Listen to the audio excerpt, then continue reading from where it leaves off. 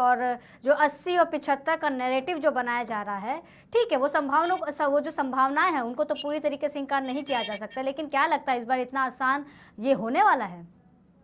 विकास पांडे जी। देखिए देखिए, एक कहते हैं अनहोनी को होनी कर दे, होनी को अनहोनी। एक जगह जब जमा हो तीनों, नरेंद्र मोदी, अमित शाह और योगी, तो वो ये तीन जो नेतृत्व है हमारे पास, ये सब कुछ संभव करने की मादा रखता है। आप एक चीज बहुत कायदे से समझ लीजिए, जब प्रियंका गांधी भाषण देती हैं, बात करती हैं मीडिया से, तो कहती हैं कि बीजेपी 180 सीट से नीचे आ रही है। राहुल गांधी जी जब अपने कुनवे के साथ बैठ करके प्रेस कॉन्फ्रेंस करते हैं, तो बीजेपी को 150 सीटें भी नहीं देते, कहते हैं 150 भी नहीं आएंगे। लेकिन वही उलट आप अगर भारतीय जनता पार्टी को देखेंगे रत्ना जी, तो हम कहते हैं अब की बार 400 पार।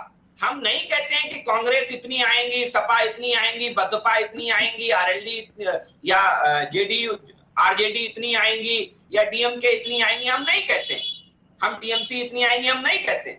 हम अपनी बात करते हैं, हम जनता की बात करते हैं। विरोधी, मैं फिर कहता हूं आपको, ये निगेटिव राजनीति में विश्वास रखने वाले राजनीतिक दल हैं, इनका आधार है निगेटिव पॉलिटिक्स। अपने गिरेबान में झांक करके कभी क्यों नहीं बताते कि भाई आपकी कितनी सीटें आएंगी? जनता ये तो जानना चाहती है कि अगर आपने जनता के साथ कुछ काम किया है, जनता का सहयोग किया है, जनता को अच्छी दिशा देने का काम किया है, तो भाई खुलकर बताइए कि आपकी कितनी सीटें आएंगी। नहीं बताएंगे। यही दिक्कत है बहुत बड़ी रत्ना जी, जो आज मुझे लगता है पूरे विपक्ष में एक अभाव के रूप में देखी जा सकती है। भारतीय जनता पार्टी सकारात्मक राजनीति का पर्याय है, मैं बताना चाहता हूँ। जब हम राजनीति में आए तो राजनीति में वो ऊंचे मार्गदर्शक हमने स्थापित किए जिनका बड़े बड़े राजनीतिक दलों के लिए कल्पना मात्र होता है। आप याद कर लीजिए वो श्रद्धेय अटल बिहारी वाजपेयी, एक वोट से सरकार किसने गिरवाई थी? लोकतंत्र की हत्या करने वाली कौन पार्टी थी जिसने अटल जी की सरकार को षड्यंत्र के तहत गिराने का काम किया? और श्रद्धेय अटल जी ने साफ कह दिया था कि मैं ऐसी सरकार को किसी भी प्रकार से स्वीकार नहीं करूंगा। लेकिन ये सारी चीजें लोकतंत्र को कमजोर कर रही थी कहीं ना कहीं, और उसका आज कारण है कि कांग्रेस पार्टी के लिए जनता के हृदय में अब जगह नहीं बची, क्योंकि कांग्रेस ने ऐसे काम किए हैं भूतकाल में कि जिनकी वजह से जनता के हृदय में उसका स्थान नीचे गिरता चला गया, नीचे गिरता चला गया, और आज कांग्रेस पार्टी रसातल। विकास जी, जनता की बात कर रहे हैं, ग्रामीणों की बात कर रहे हैं। आज जहां पर चुनाव हो रहे हैं, जिन लोकसभा सीटों पर चुनाव हो रहे हैं, मंडला की बात कर ले, मध्य प्रदेश की मंडला में और पीलीभीत जैसे जगहों पे जहां पर बहिष्कार किया जा रहा है, ग्रामीण नाराज हैं। विकास जी, देखिए किन विषयों को लेकर के क्या समस्याएं हैं वहां पर, मुझे लगता है लोकल लेवल पे नेता अवश्य जानते होंगे, समझते होंगे। और अगर कोई ऐसी विशेष परिस्थिति है जिसकी वजह से आम जनमानस में इस तरीके का विषय आता है, तो हमारे नेता अवश्य उसका संज्ञान लेंगे और भविष्य में इस तरीके की कोई पुनरावृत्ति ना हो। मतदान, देखिए मतदान का बहिष्कार करना कोई समाधान नहीं होता है रत्ना जी। क्या समाधान होता है? नहीं होता है। आप मतदान का उपयोग करिए और मतदान का सकारात्मकता से उपयोग करिए, तो मुझे लगता है कि उसका उपयोग करने से आपकी समस्या को, समाधान को और अत्यधिक बल मिलेगा। बिल्कुल, मतदान को उपयोग करने से समाधान का बल मिलेगा, बिल्कुल बिल्कुल विकास जी। लेकिन जिस तरीके से आप जनता के हित के लिए बार बार बात कर रहे हैं, विकास के बार बार बात कर रहे हैं, तो ये तो चुनाव से पहले ही हो जाना चाहिए था। चुनाव के दिन जहां लोग जा रहे हैं, जहां सारी तैयारियां हो गई हैं, मशीनें आ गई हैं, पोलिंग बूथ बन गए हैं, कानून सुरक्षा व्यवस्था तैनात है, पुलिस बल तैनात है, ऐसे में चुनाव बहिष्कार क्यों? उस समय तो मतदाता को मतदान करना चाहिए। लेकिन वहां पे तो आपने कहा कि लोकल की बात है, चलिए ठीक, लेकिन लोकल पे वो काम क्यों नहीं किया गया? चुनाव के दिन मतदाता खुशी खुशी मतदान करके चले जाते हैं, लेकिन वो बहिष्कार कर रहे हैं। रोड नहीं तो वोट नहीं के नारे अभी भी लगाए जा रहे हैं। विकास जी, देखिए मुझे लगता है कि आज के दौर में अगर कहीं इस तरीके का विषय आ रहा है तो निश्चित तौर पर हमारी सरकार उसका संज्ञान लेगी और ये देखेगी कि वो समस्या कहाँ पर है। रत्ना जी, आपको याद होगा कि जब कोविड वैक्सीन आई थी, तो उस कोविड वैक्सीन को भारत की वैक्सीन की जगह भाजपा की वैक्सीन कहने वाले कौन? किसने उस वैक्सीन का बहिष्कार किया? मुझे लगता है कहीं ना कहीं ये सारे विषय एकजुट होकर के जब आते हैं तो इसमें मूल में जाने की भी आवश्यकता होती है, सारी चीजों को देखने की भी आवश्यकता होती है। मैं फिर कहता हूँ आपसे क्या बहिष्कार इसका समाधान है? आप भी सीनियर एंकर हैं, आप भी बहुत समझदार हैं, आप जानती होंगी कि केवल बहिष्कार मात्र से उसका समाधान क्या निकल आएगा। तो मुझे लगता है सकारात्मकता से देखने की जरूरत है। भारतीय जनता पार्टी ने, आप देख लीजिए कि इस देश के अंदर 13.5 किलोमीटर हाईवे 2014 से पहले प्रतिदिन बनते थे। जब माननीय नरेंद्र मोदी जी 2023 के आंकड़े हैं कि हम लगभग 30 किलोमीटर हाईवे प्रतिदिन बना रहे हैं। प्रतिदिन 30 किलोमीटर हाईवे का निर्माण होगा। चाहे प्रधानमंत्री ग्रामीण सड़क योजना हो, कौन लेकर के आया था प्रधानमंत्री ग्रामीण सड़क योजना? गांव को मुख्य सड़क से जोड़ने के लिए श्रद्धेय अटल बिहारी वाजपेयी जी जब ऐसी महत्वाकांक्षी योजना लेकर के आते हैं तो पत्रकार उनसे सवाल करते हैं, रत्ना जी, कि आप इतनी बड़ी योजना को अमली जामा कैसे पहनाएंगे? आप इसके लिए फंड कहां से लाएंगे? अटल बिहारी वाजपेयी जी कहते हैं कि हम एक आम जनमानस पे बोझ डालने की अपेक्षा इसका भी हमने प्रावधान किया है कि हम पेट्रोल और डीजल पर महज ₹1 की ड्यूटी लगा करके उससे धन जो आएगा उससे हम हाईवेज का जाल बिछाएंगे। आज देख लीजिए लगभग 90% से ज्यादा गांव मुख्य सड़क से जोड़े जा चुके हैं। आज लगभग 99% गांव में विद्युत पहुंचाई जा चुकी है। तो ये काम करने की इच्छा शक्ति है। कहीं कोई विषय अगर छूट गया है तो यह भी मान लीजिए कि जनता को ये विश्वास भी भारतीय जनता पार्टी में है कि हम ही हैं जो करके दे सकते हैं, हम ही हैं जो इसको करेंगे। यह भी जनता का विश्वास भारतीय जनता पार्टी में है। जी चलिए ठीक है, अभी बात कर लेते हैं आपसे लोकसभा सीटों को लेकर के। तो सहारनपुर में पता ही है कि बीजेपी ने एक बार फिर से राघव लखनपाल को टिकट दिया है और लखनपाल जो है वो पिछला चुनाव बसपा उम्मीदवार से हार गए थे। आपके हिसाब से इस बार का समीकरण क्या होने वाला है सहारनपुर लोकसभा सीट को लेकर? सहारनपुर लोकसभा चुनाव आप लिख करके रख लीजिए, भारतीय जनता पार्टी जीत रही है। कहीं अगर नोटपैड बना रहे हो आप तो बना करके रख लीजिए, भारतीय जनता पार्टी सहारनपुर का चुनाव जीत रही है और बड़े मार्जिन से हम ये चुनाव जीतेंगे। लिख करके रख लीजिए। आप पिछला चुनाव आप देख लीजिए, उत्तर प्रदेश के 2 सबसे बड़े दल, अगर देखा जाए तो भारतीय जनता पार्टी के योगी जी के कार्यकाल को अगर हटा दें तो शायद सबसे ज्यादा समय तक उत्तर प्रदेश में जिन 2 दलों ने शासन किया उनमें एक थी कांग्रेस पार्टी, जो शायद 1990 के बाद दोबारा कभी सरकार और सत्ता में नहीं है, लेकिन उसके बाद 90 के बाद और 2017 तक देख लीजिए तो या तो समाजवादी पार्टी थी या बहुजन समाज पार्टी थी। तो ये मुख्य दल थे उत्तर प्रदेश के, दोनों मिलकर के चुनाव लड़े और मिलकर के चुनाव लड़ने के बाद महज 25,000 से भी कम वोट से हम सहारनपुर सीट 2019 में हारे थे। महज 25,000 से भी कम वोट थे। तो मुझे लगता है इस बार देश की जनता को यह भी पता है कि कोरोना काल में देश की और जनता की सेवा करने का काम किसने किया।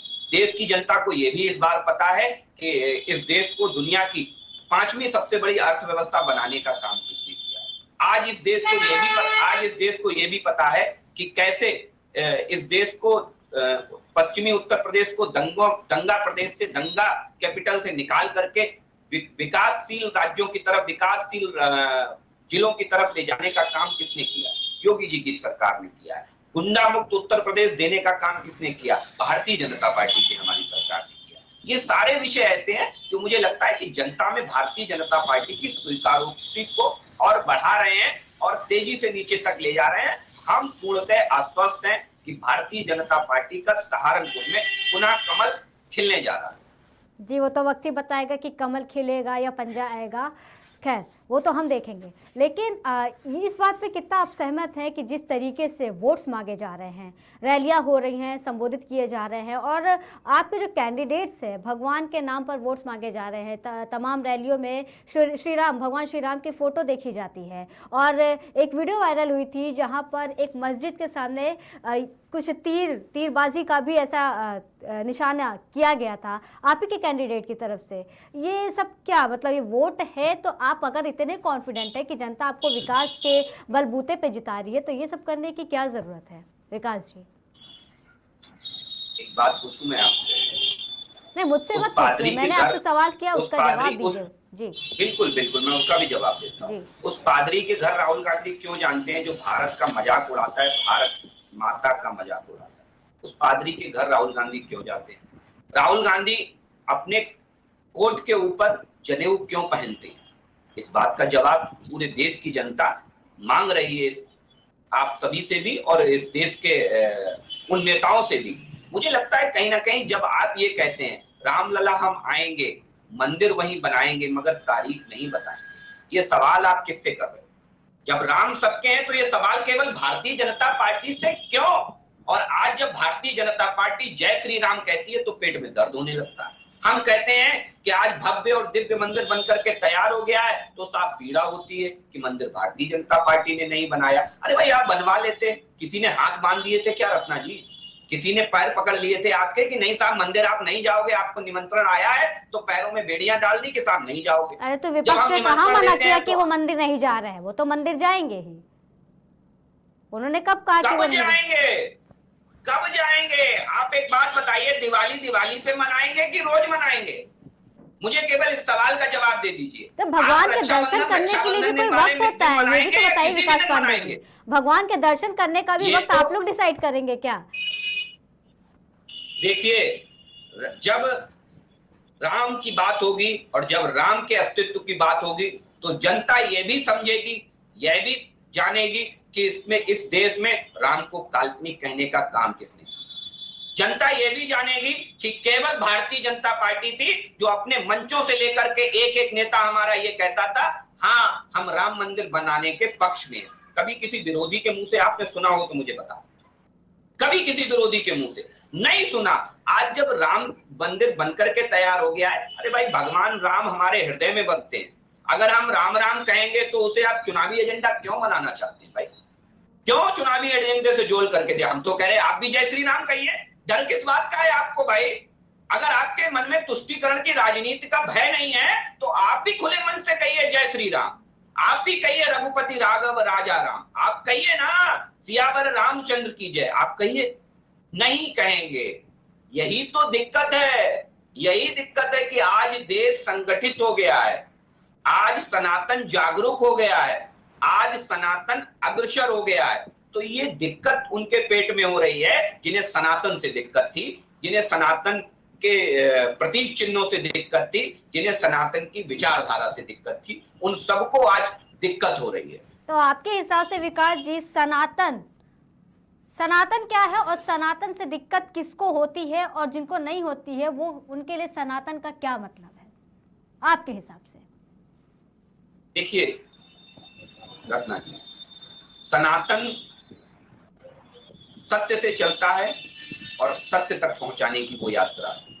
और सत्य ये है कि जो उस हजारों फीट नीचे समुद्र में दबा वो पुल है, जिसे नासा अपने सर्वेक्षण में ये कहती है कि ये लगभग 5000 ईसा पूर्व बना और मानव द्वारा निर्मित है। लेकिन उस देश की, जिस देश का मूल आधार सनातन हो, वहां के नेता अपनी राजनीतिक महत्वाकांक्षा के लिए कह दें कि राम तो काल्पनिक थे, तो वो मुझे लगता है कि सनातन पर सबसे बड़ी चोट होती है और उस चोट का जवाब जनता वोट से देगी।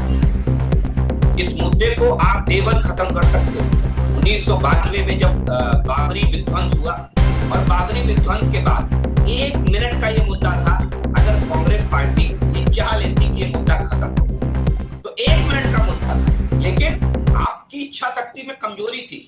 क्यों? क्योंकि आपके दिलो दिमाग पर तुष्टीकरण की राजनीति इस कदर हावी थी कि आपने इस देश के 100 करोड़ लोगों को निगलेक्ट कर दिया। आपने समझ लिया कि ये तो वोट मुझे झक मार देंगे। ठीक है विकास जी, हम आपको यही बताना चाहेंगे। इस वक्त की बड़ी खबर है, आपको बता दें सहारनपुर से आ रही है, जहां मंत्री कुंवर विजय सिंह ने मतदान किया है। जड़ौदा जट में पत्नी भाई के साथ वोटिंग की गई है। जी हाँ, बता दें बड़ी खबर सहारनपुर से आ रही है। आज 19 अप्रैल 2024 को पहले चरण का चुनाव हो रहा है पश्चिमी यूपी से। बता दें 8 लोकसभा सीटों का चुनाव हो रहा है। सहारनपुर से बड़ी अपडेट आपको बता रहे हैं, जहां मंत्री कुंवर विजय सिंह ने मतदान किया है। जड़ौदा जट में पत्नी और भाई के साथ वोटिंग की गई है। जी हाँ, बड़ी खबर आपको दे रहे हैं सहारनपुर से, जहां आम जनता के साथ साथ बड़े बड़े नेता मंत्री भी अपना मतदान कर रहे हैं और इस वक्त मंत्री कुंवर विजय सिंह ने मतदान किया है। बता दें उन्होंने जारौदा जट में पत्नी और भाई के साथ वोटिंग की है। बड़ी खबर आपको बता रहे हैं, जहां आज 19 अप्रैल को पहले चरण का चुनाव हो रहा है सहारनपुर लोकसभा सीट से। बड़ी खबर, मंत्री कुंवर विजय सिंह ने मतदान किया, जारौदा जट में पत्नी और भाई के साथ वोटिंग की।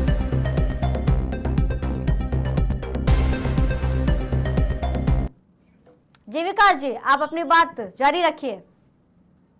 तुष्टीकरण की बात कर रहे थे आप। जी, यही मेरा कहने का मतलब है कि सनातन को जानने और समझने वाले एक तरफ तो पंडित नेहरू की विरासत को कहते हैं कि हम स्वयं, हमने नहीं कहा, स्वयं को खुद हिंदू डिक्लेयर करने की नौबत आ गई लोगों की। तो ये तभी आ गई ना कि जब आपके मन में संशय था और जनता आप पर संदेह करने लगी थी, तो ये तभी आ गई। तो मुझे लगता है कि देखिए, आप किसी भी प्रकार से इस विषय को आप दूसरे विषय से नहीं जोड़ सकते। ये विषय अलग है और हमारे डेवलपमेंट का मॉडल अलग है। हम जब सरकार में आए तो हमने 3.5 करोड़ लोगों को घर दिया। तो क्या ये देख करके दिया रत्ना जी कि आप हिंदू हैं, आप सिख हैं, आप ईसाई हैं, आप मुस्लिम हैं, आप बैकवर्ड हैं, आप सवर्ण हैं, आप अति पिछड़े हैं, आप दलित हैं? नहीं दिया। उत्तर प्रदेश में एक आंकड़े के हिसाब से मैं बताता हूं आपको, उत्तर प्रदेश के अंदर जितने भी प्रधानमंत्री आवास बने हैं, उत्तर प्रदेश के अंदर मुस्लिम आबादी का प्रतिशत है लगभग 14 और प्रधानमंत्री आवास में मुस्लिमों का परसेंटेज है लगभग 30%। 30% प्रधानमंत्री आवास मुस्लिमों को मिले। तो ये अगर भारतीय जनता पार्टी करती, जैसी नीति कांग्रेस अपनाती रही है, तुष्टीकरण की नीति अगर भारतीय जनता पार्टी अपनाती, तो ये आंकड़े आपके सामने नहीं होते। तो मुझे लगता है कहीं ना कहीं ये सारे विषय आप बहुत अच्छे से जानती और समझती है रत्ना जी। और आज भारतीय जनता पार्टी विशुद्ध रूप से सबका साथ, सबका विकास, सबका विश्वास और सबके प्रयास से चल रही है। मैं ये नहीं कहता कि एक के प्रयास से चल रही है, हम सबको साथ लेकर के चलने वाले राजनीतिक दल हैं। सर्वव्यापी और सर्वस्पर्शी हम सबको कल्याणकारी लेकर के चलते हैं। अंत्योदय का सिद्धांत भारतीय जनता पार्टी का मूल, और अंत्योदय का मतलब किसी जाति, धर्म और वर्ग से नहीं होता है रत्ना।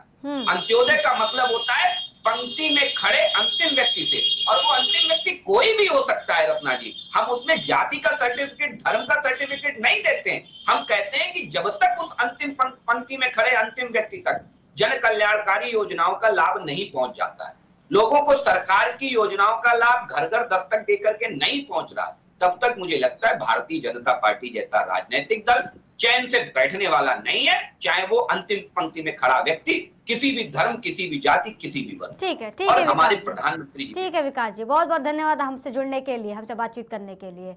तो बता दें कि हमारे साथ थे बीजेपी से विकास पांडे जी, जिन्होंने बताया कि किन मुद्दों को लेकर के जनता उनको जिताने वाली है। वहीं विपक्षी पर भी उन्होंने जमकर हमला साधा है। तुष्टीकरण की राजनीति और तमाम तरीके के वादे जिनको झूठे बताए गए। ये आपको बता दें कि बड़ी खबर, यूपी की 8 लोकसभा सीटों में मतदान जारी है। बड़ी खबर आपको बता दें कि उत्तर प्रदेश की 8 लोकसभा सीटों में मतदान जारी है। सुबह 11 बजे तक 25.20% मतदान हुए। मुजफ्फरनगर में सुबह 11 बजे तक 22.62% मतदान। वही सहारनपुर में सुबह 11 बजे तक 28.64% मतदान हुए हैं। और बता दें मुरादाबाद में सुबह 11 बजे तक 25% मतदान हुए हैं। कैराना